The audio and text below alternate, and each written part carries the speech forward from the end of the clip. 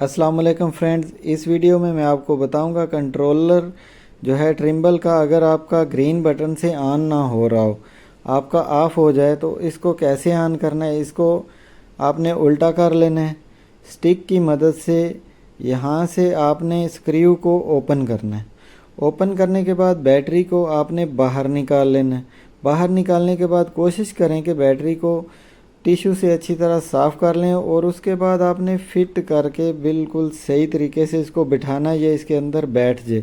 और इसको स्क्रू को फिर स्टिक से टाइट करना है। और अब मैं ग्रीन बटन से जो है इसको ऑन करने की कोशिश करता हूँ। तो देखें जी, ऊपर में लाइटें जो है वो ऑन होना शुरू हो गई हैं, इसका मतलब है ये ऑन हो गया।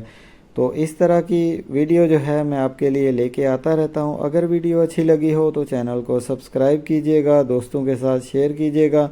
इस वीडियो के रिलेटेड आपका कोई भी क्वेश्चन हो तो आप कमेंट सेक्शन में पूछ सकते हैं, मैं कोशिश करूँगा आपको आंसर देने की।